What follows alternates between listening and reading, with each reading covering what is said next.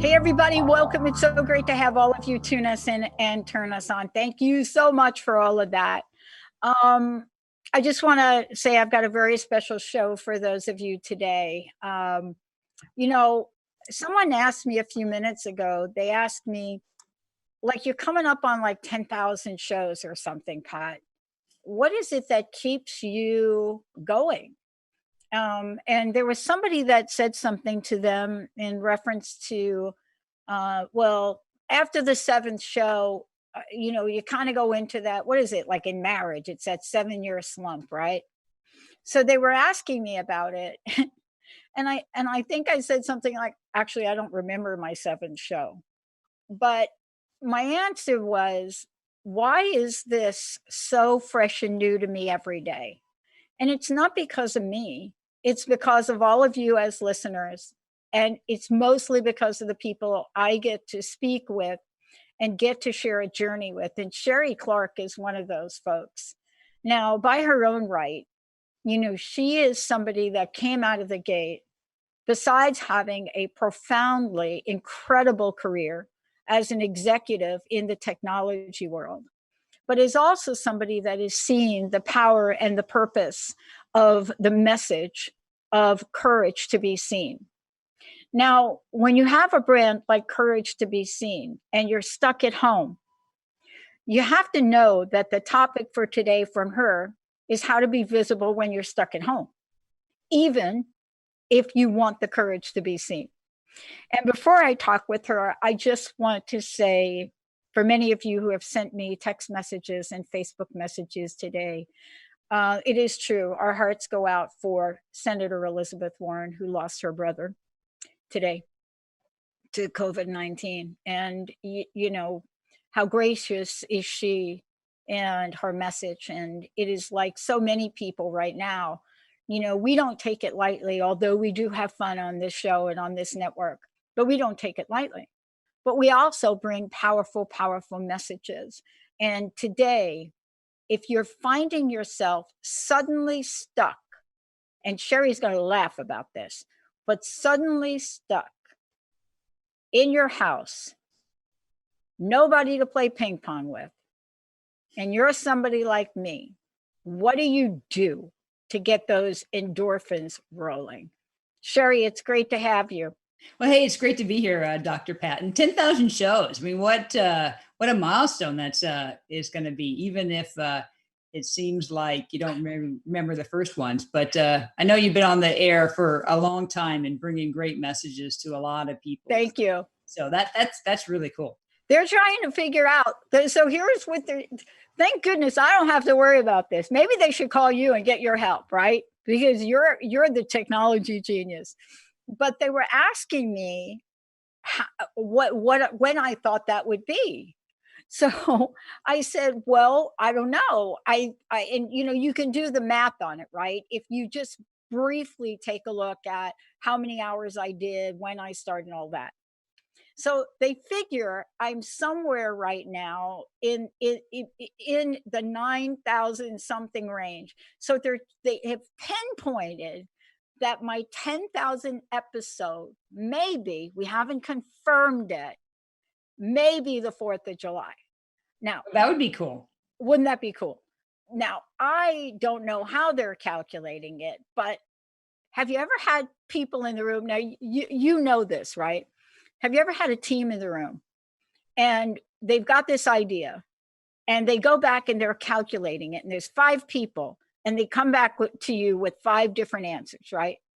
Oh, absolutely. It happens all the time, actually. It seems like counting would be something easy, but you know that there were some weeks that you were probably sick or on vacation or somebody filled in for you. So to truly count the number of shows over that many years is actually probably quite impossible.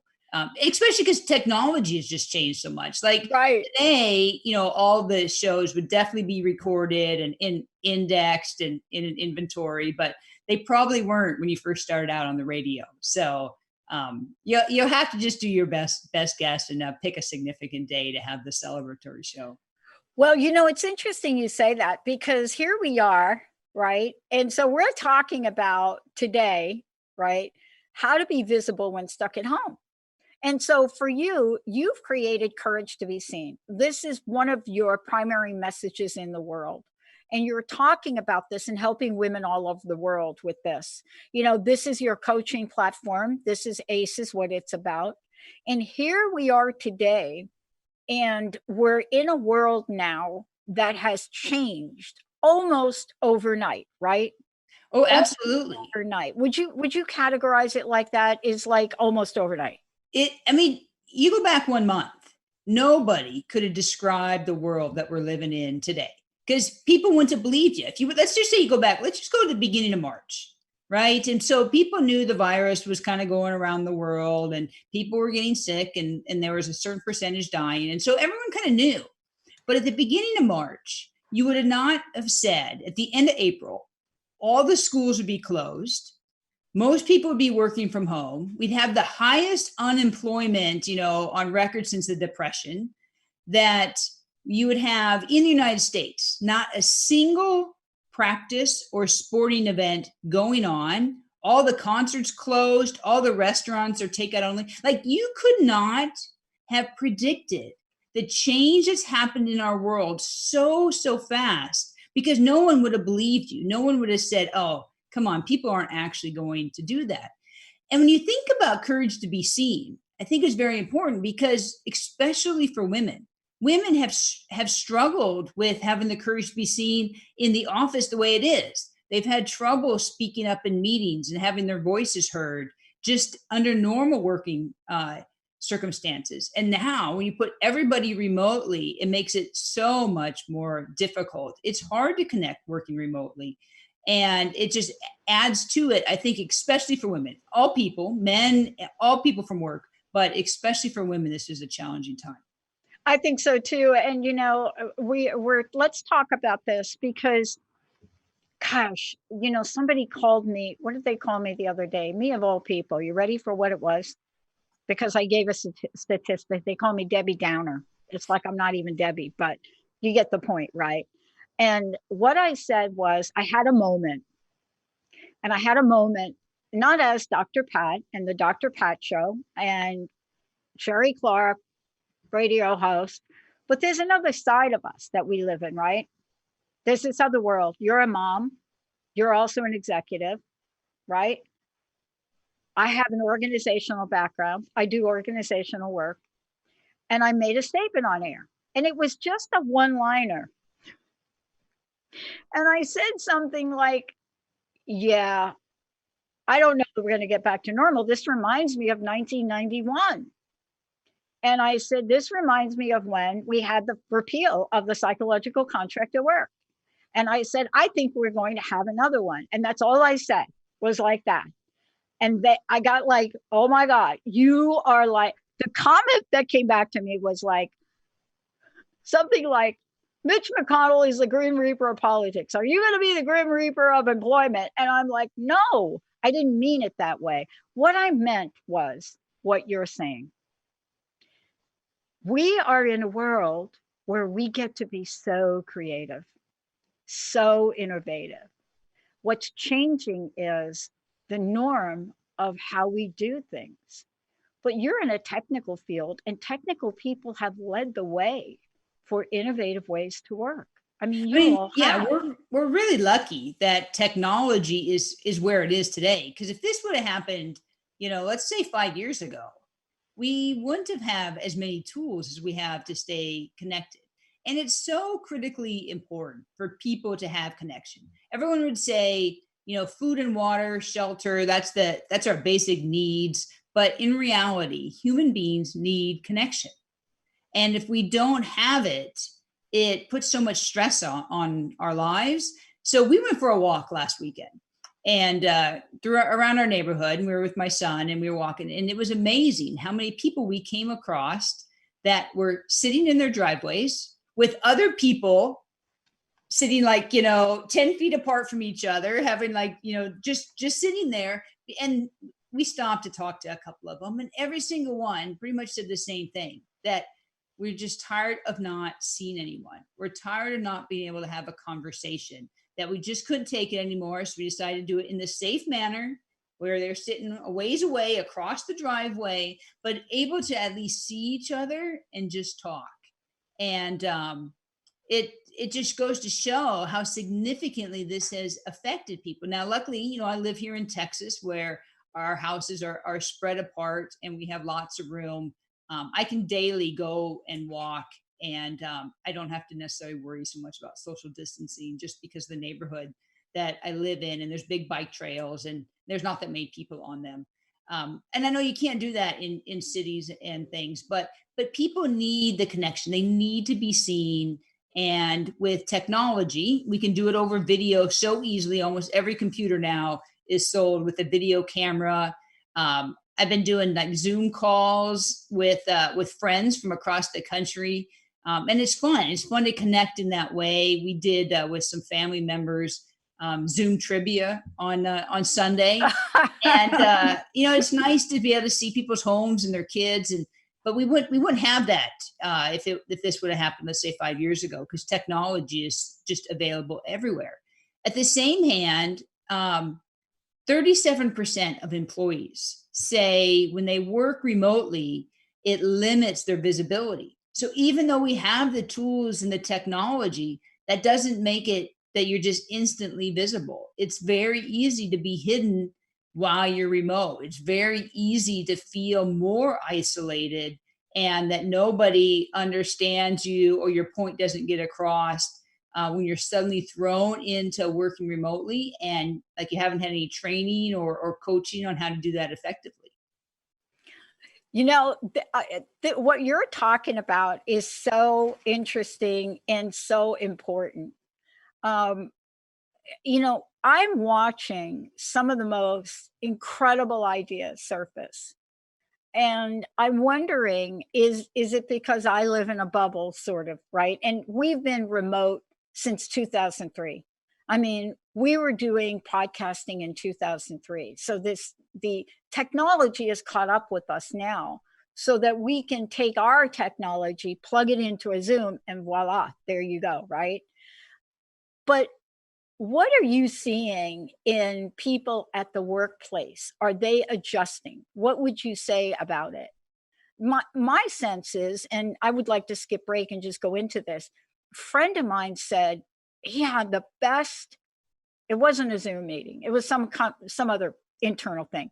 He said we had the best blah blah blah project meeting that we've ever had, and this was a technology company. And he said people showed up like real people. And I said, "Oh, I'm talking to Sherrie tomorrow."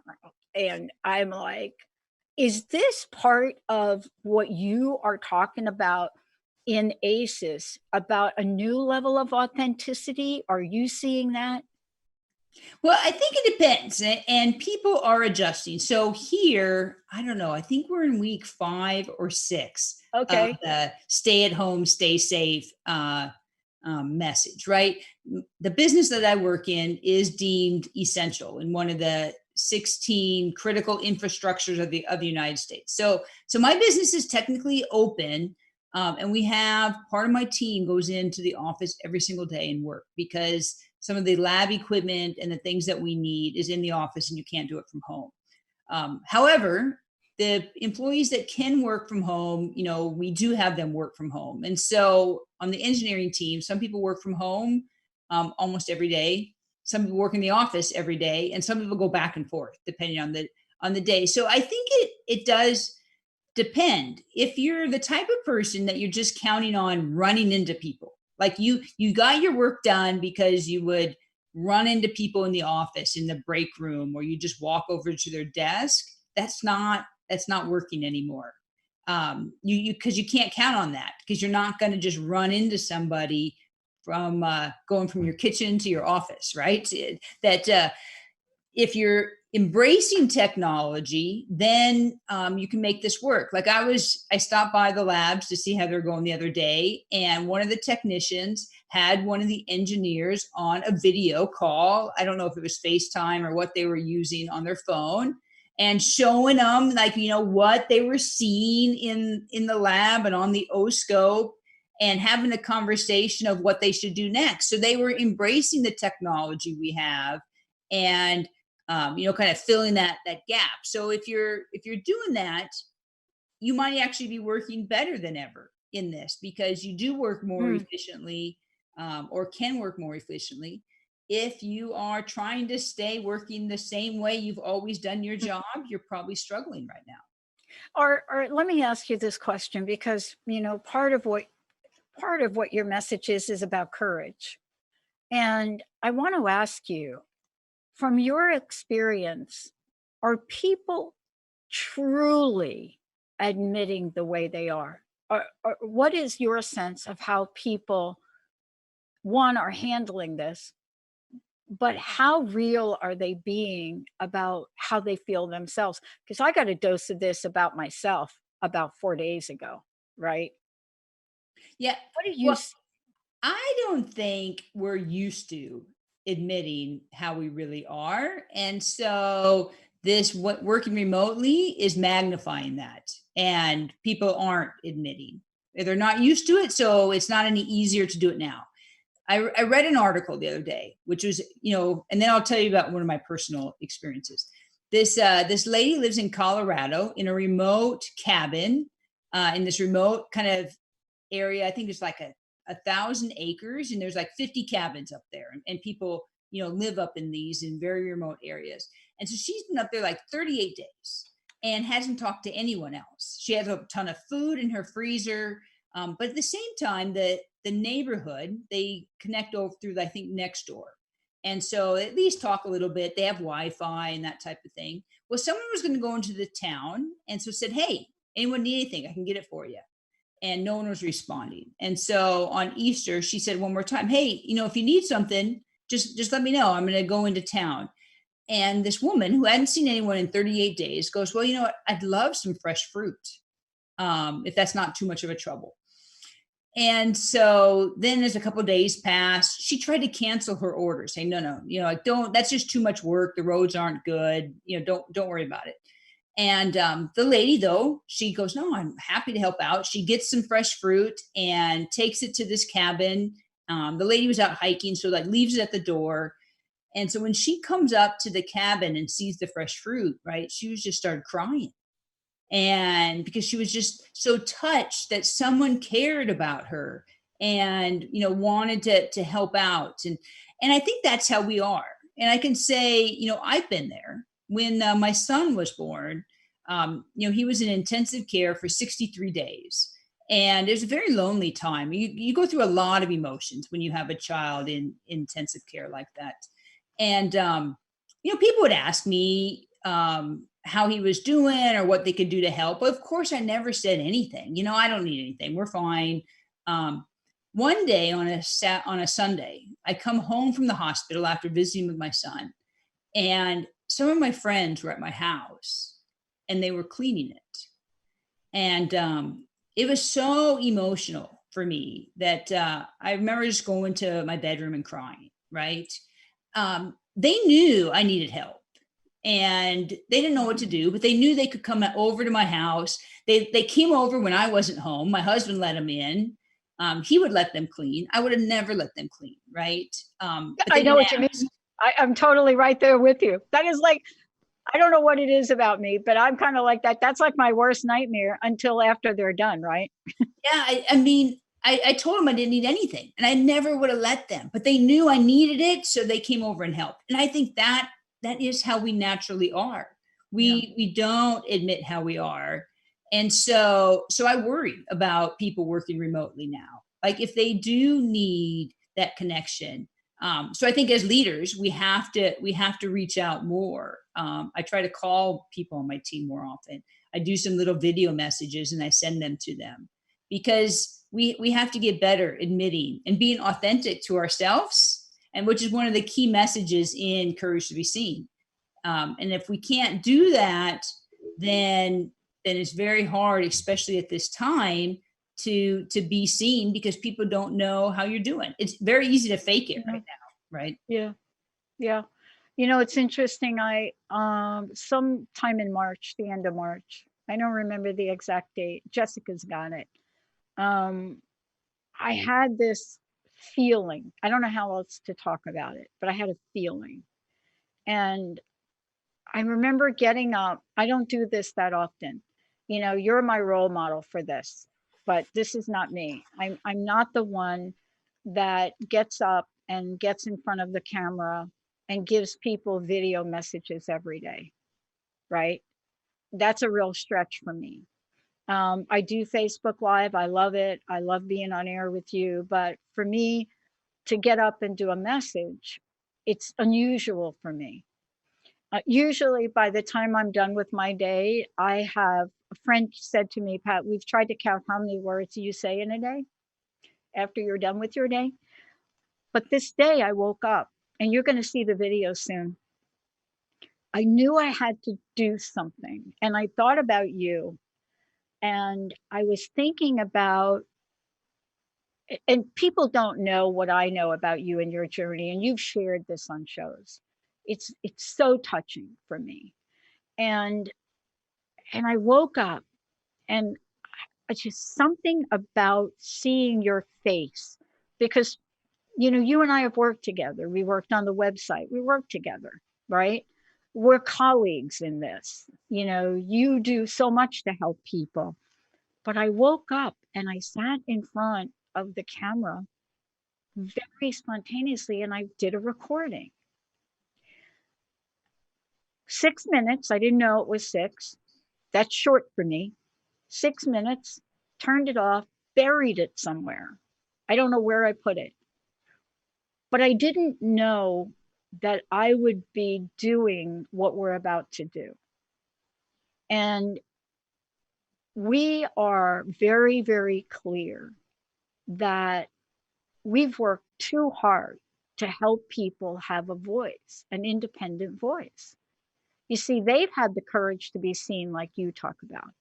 So, you doing this radio show and being here and being on air and doing the video, that does take courage.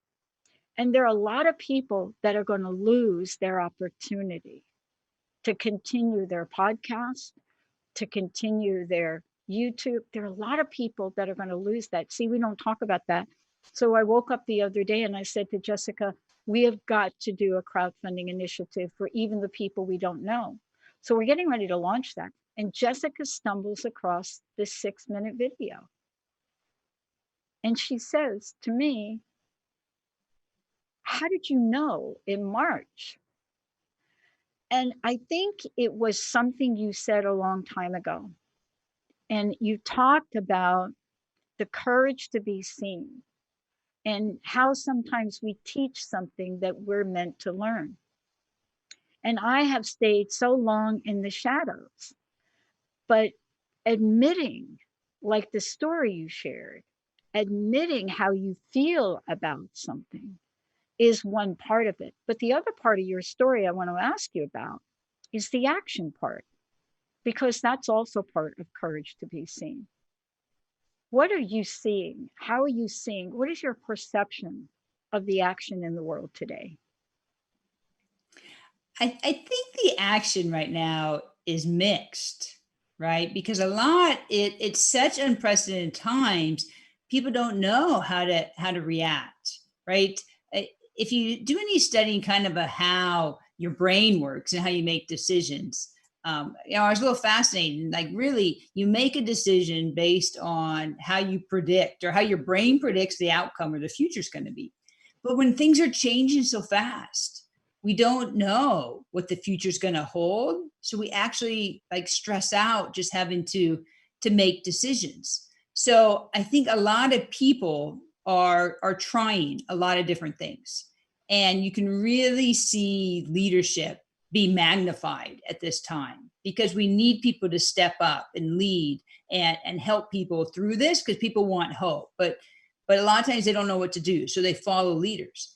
And then you also see people that are supposedly leaders really struggling because the just the stress of what's going on, and maybe they don't have strong leadership skills. So either they're not saying anything and like you just don't even see them at all, or you just see and hear them say stuff that just doesn't make any sense. So we get that in all different levels. So that's at the leadership level. You get the same thing with individual contributors, right? Some days people seem really good and seem to have everything together and everything is going well. And then you might see the next day they say something that doesn't make sense, or they just don't act like you normally would expect them to. And usually that means there's something else in their life. Either they hit just too much stress, or there was something that has nothing to do with what you're actually seeing that is causing their behavior to be kind of irrational in that moment. So that's what I see. I see it all over the place. The good thing is, though, you can take some control, and you can at least, do some things to make it better for you. It's not like you have to just be something that's like blowing in the wind, right? We can have a say in this, at least in the realm of our own lives and what we decide to do on a daily basis. And that's what you're going to talk about when we come back from break, because I one of the things that I'm struck by is, and one of the reasons I wanted you to come on and talk about it, because your message is about courage to be seen. And those words are so powerful, but underneath them, there's a lifetime, there's an entire journey of what that means. But when we come back, you're going to tell us how we can take the steps to be seen, even if we got our pajamas on, like that. Like, at least I took a shower today, just saying. Let's take a short break. When we come back, more about Sherrie Clark. But please go ahead, and that is true. The website is Courage to Be Seen. There are ways for you to find out about Sherrie, about her coaching programs, about what she's passionate about. And you're going to be hearing a lot more about Sherrie, because I'm going to make her work with me again. So let's take a short break. We'll be right back.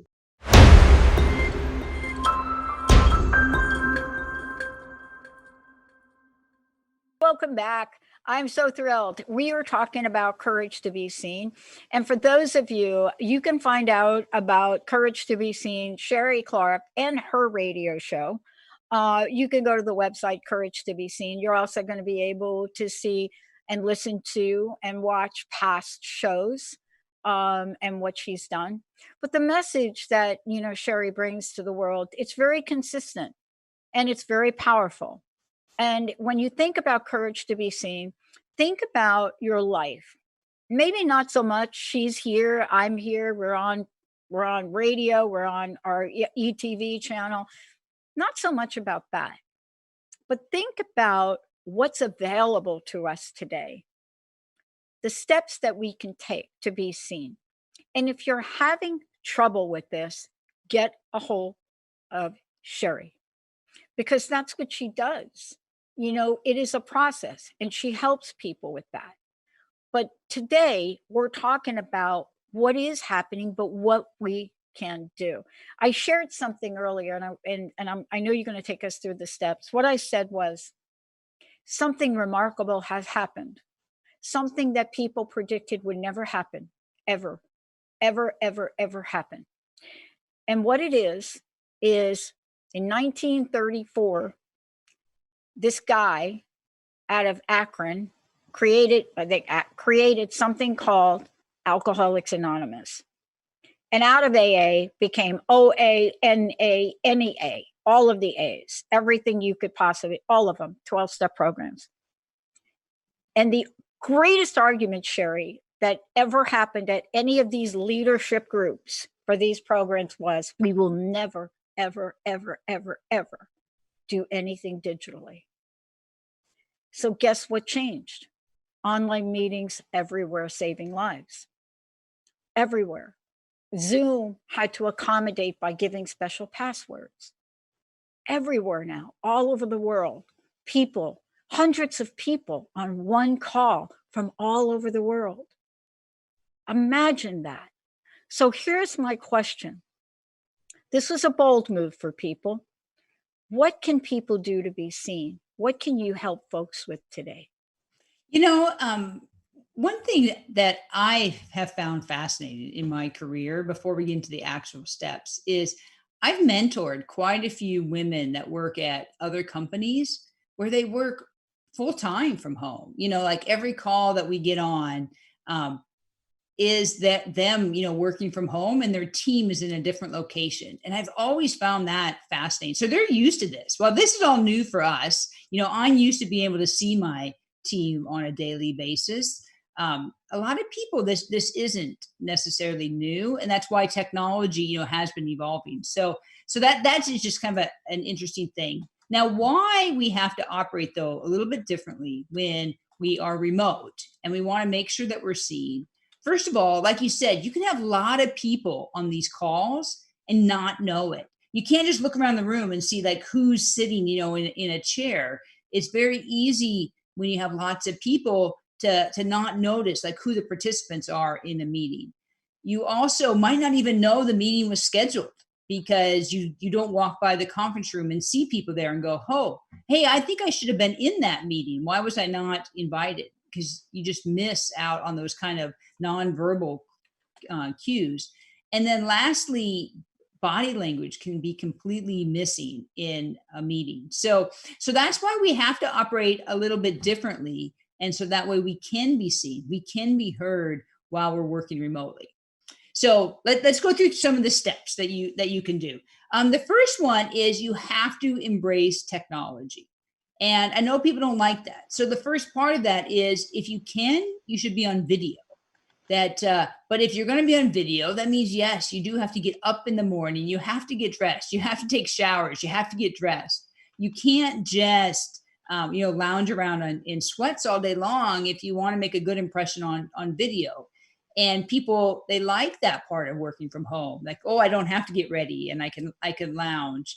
But then they go, but I don't want to talk on video then. So you have to embrace technology. And I think you should get ready every day anyway, even when you're working from home. I still like to work out first thing in the morning and get ready for the day. It helps me kind of mark that this is today. So if you can't get on video for whatever reason, or it's not right, you do want to talk on the phone.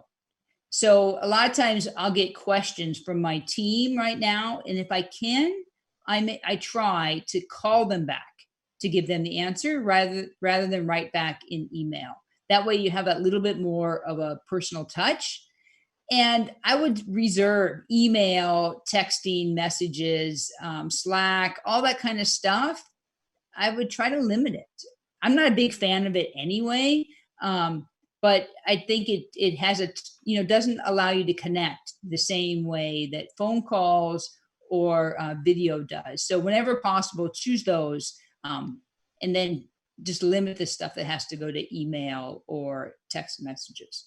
Because you can't make a good connection over trying to text someone back and forth. I don't know how it works at your company, Dr. Pat, if you guys try to really focus on phone calls versus messages. We're doing better. I have to tell you, I'm the greatest offender. And I don't do a lot of texting, but I do a lot of messaging in Skype. And I do that for several reasons, because my producers are pretty much running shows, right? I mean, my folks are pretty much doing exactly what you said. I mean, Linda will be the last one to send you a text message. She will call you. You know that, right? Linda will pick up the phone and say, Sherrie, right? That's Linda. True. We could all learn from Linda. Yes. Yeah. But right. We're doing less of that. Like right after this, we're all having a meeting, right? Not a text back and forth, but let's get together and let's take a look at what we're going to do. So I'm trying to do more and more of that, because so much is misunderstood in texting. Absolutely. Yeah. So then the second thing when you are attending a meeting that I'll tell you is make sure you speak up.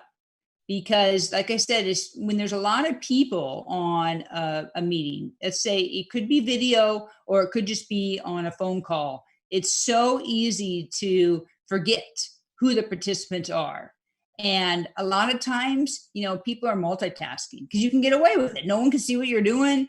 And you might be reading something on the side and just miss part of the meeting. You can't let that happen. You have to, if you're going to attend a meeting, you have to speak up.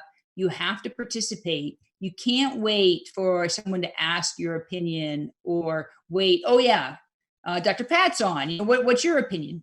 Don't do that. You have to speak up. And unfortunately, on the phone, sometimes you interrupt people. Now, I'm not saying you want to interrupt people, but don't be scared to do that.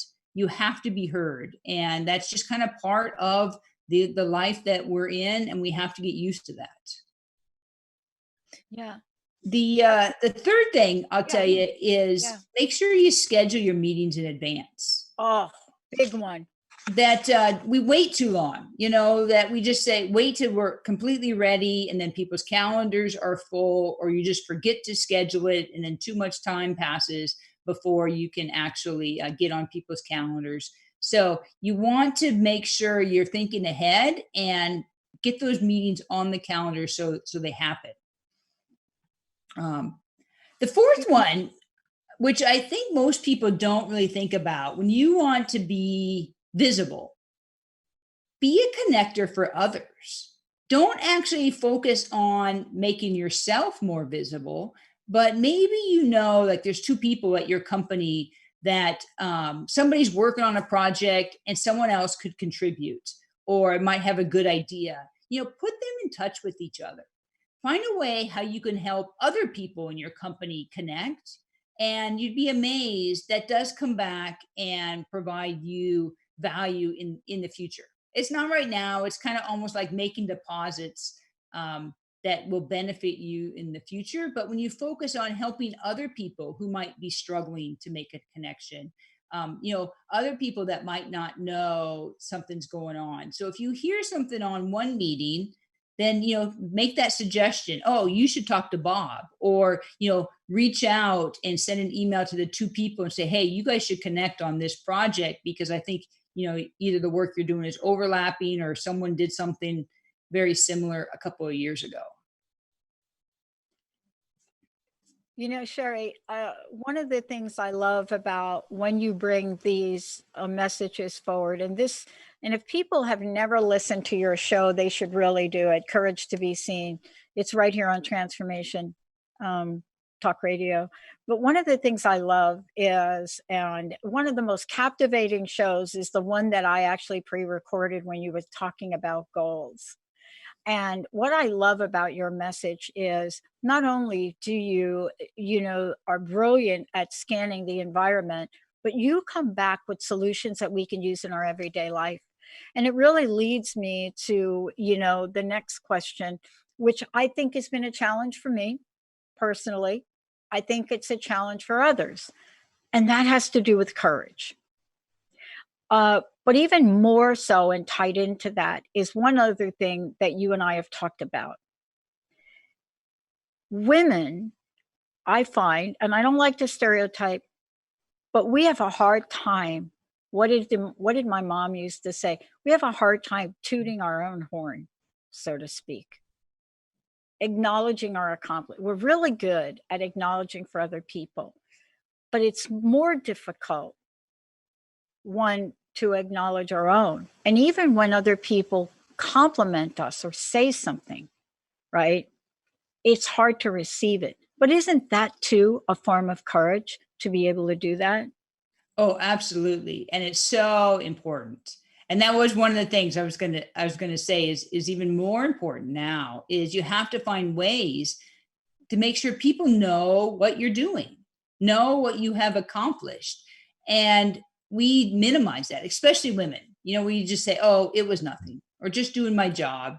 Or we believe that if we do our job, everyone's going to recognize it. Everyone's going to see and know that we did it.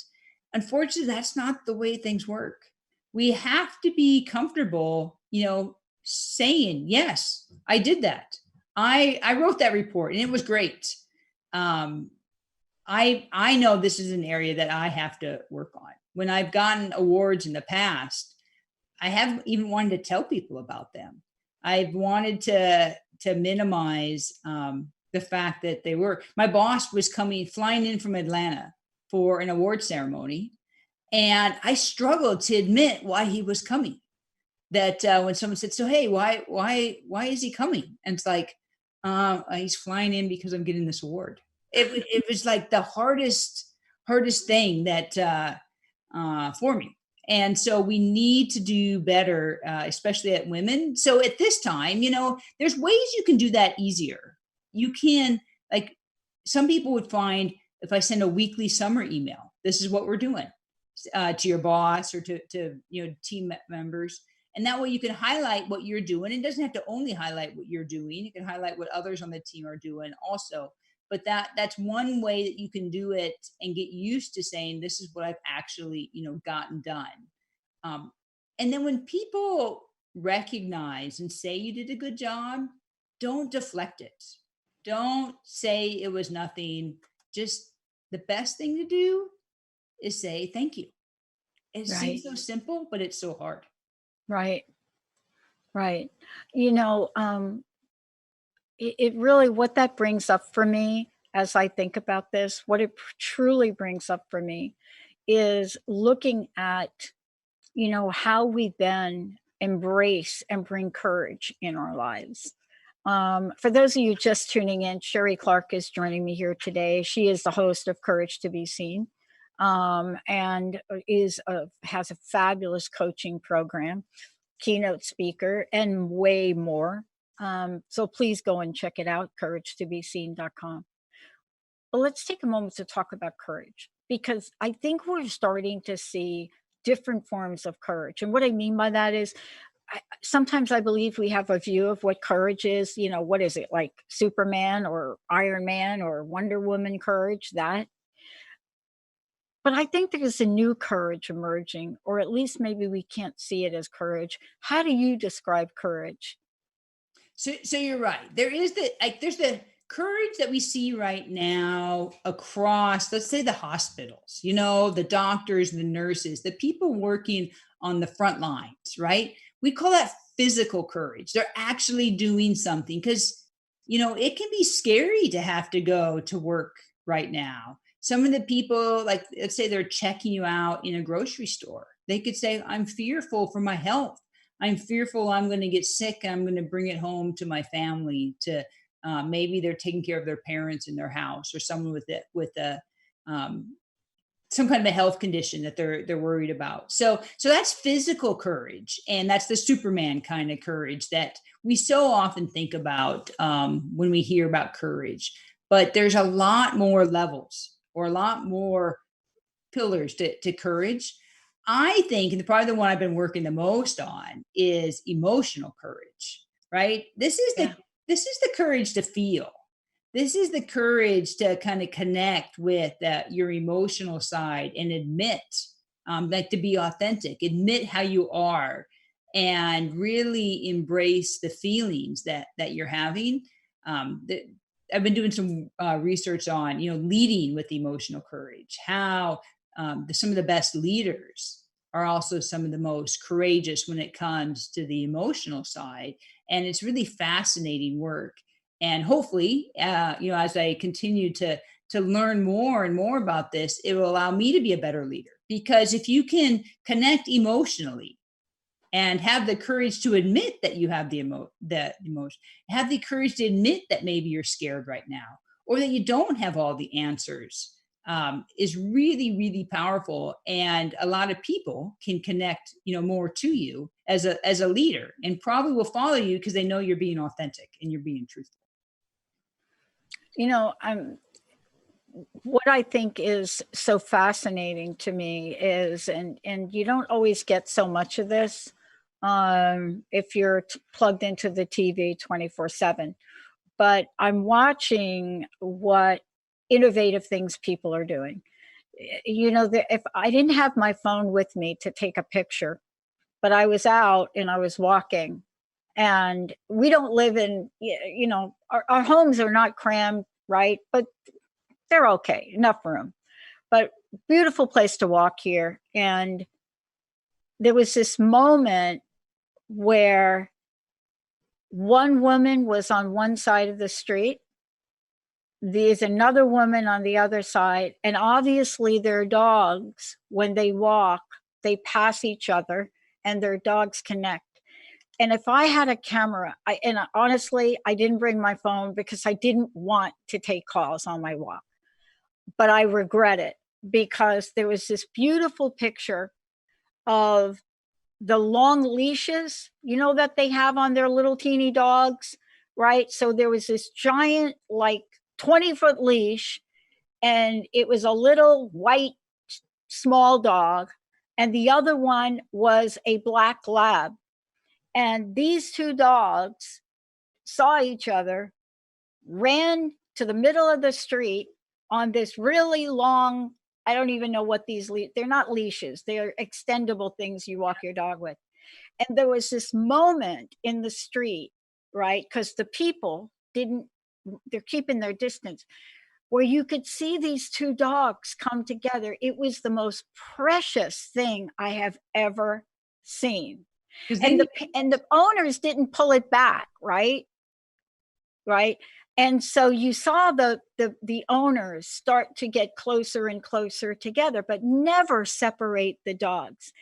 And it was such a loving, touching moment. What it meant to me was, this is also a time where we can still have love and respect in our hearts as well, even if we're afraid. Oh, absolutely. And that, the dogs are just showing that we need that connection. They need that connection too.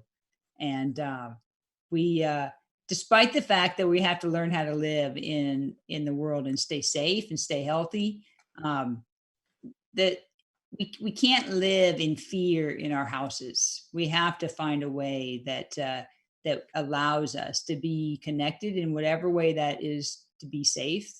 Um, in this world. We can't hide from this. We have to find a way to go forward and have the courage to do that. Well, I know we've got a few minutes left, and every day is an adventure, isn't it? Oh, I believe life is completely an adventure. That's it. It is. That is my belief that life is meant to be lived, and I love to travel, and like it's amazing me to think of that. I don't know when the next time I'm going to travel is. I talk with my team in China and go, I don't even know when the next time I'm going to see you is, and that's really hard for me. But Yeah. this is an amazing adventure we're on. I know by working together we're going to get through it, and I don't know what exactly that path's going to look like, but I do have faith we're going to figure it out. Yeah, I mean, I'm seeing the most innovative, and they get these from motorcycle. I don't know if you know this about motorcycle riders, especially in the Harley. I need to mention the Ducati people, but one of the things that we have are these bandanas that come around our heads, and they go back, and they're tight to your head, and you usually wear them under your helmet. Well, what folks are doing, because and they're so creative. I mean, they're pieces of art. Now people are wearing them. So we started to create like a little contest for the best, most creative face mask, and we're trying to do it on social media so people can vote. Um, but there are some of the areas that you mentioned that I struggle with every day, right? And I think it's okay to be that, isn't it? Well, you have to remember it's progress, not perfection, Yeah. right? That we don't necessarily have to even have all the answers, but we have to have the courage to take the step in the direction that we want to go, and I'll figure out that second step later. But you have to keep going. You have to keep trying. Some things aren't going to work out, and that's okay. And that just means you learn that that's not the path to go on, and maybe you need to veer a little bit more to the right. But that would be the challenge that I would give to anyone is don't just like right now say, I'm going to just hole up in my house. I'm going to eat a lot of food. I'm going to curl up on the couch and watch TV. Like this is not the time that you want to do this. This is the time to, use all this as a catalyst to make some improvements, to drive your life forward. I don't know what it'll look like. I don't know what tomorrow is going to bring. Who knows what the news will say, but focus on today. Take some action today and things that you want to do, and then say, I'll figure out tomorrow. And some things will go well and some things won't. And you're going to have to make some changes, but it's all really an exciting opportunity if that's how you want to put your mind to it. I love it. And I'll tell you, you are one of those folks that is inspiring all of us to really, really step it up when it comes to courage to be seen. Sherrie, thank you so much. Personal message. What would you like to leave us with today? So thanks for having me, Dr. Pat. It's always a pleasure to meet with you and talk with you. And I just want everyone to know, as I have focused on allowing my true, authentic self be seen, my life has just gotten so much better. It's so much more joyous. I just have so much more fun. It seems actually a lot simpler. So that's why I created Courage to Be Seen. I wanted others to feel the same way. I encourage you to check out my website, couragetobeseen.com. My contact information is there, information on me and my programs. Let me know what I can help you with, and we can include it in future topics for podcasts. I also, post daily inspirational messages on Facebook and Instagram, so you can follow me there and get kind of your quick daily, inspirational quote for, and then I invite you to, if you like this, to make sure you subscribe, because that way you won't miss future shows. Yeah, and I want to thank the folks that have been watching us. Thank you so much for that, Sherrie. I want to thank the folks that have been watching us. Thank you so much for all of that. Candace, I want to thank you so much. And Candace was chatting with us as we went, and she commented, Sherrie, that she has had the courage to do her interviews and also to create her music. She just let me know that she emailed me a song called You Are Not Alone about these current times. So you could see, Sherrie, how you are touching so many lives. And Candace, I want to thank you for creating such beauty in the world. And thank you for chatting with us throughout this show. You are a shining light, and you are demonstrating what it means to truly have the courage to be seen. And you'll hear more. For those of you, this is on Facebook, we're going to actually talk more about what else others are creating as well. Sherrie, thank you so much. Thanks. Have a great day. Thank you, everybody. We'll see you next time.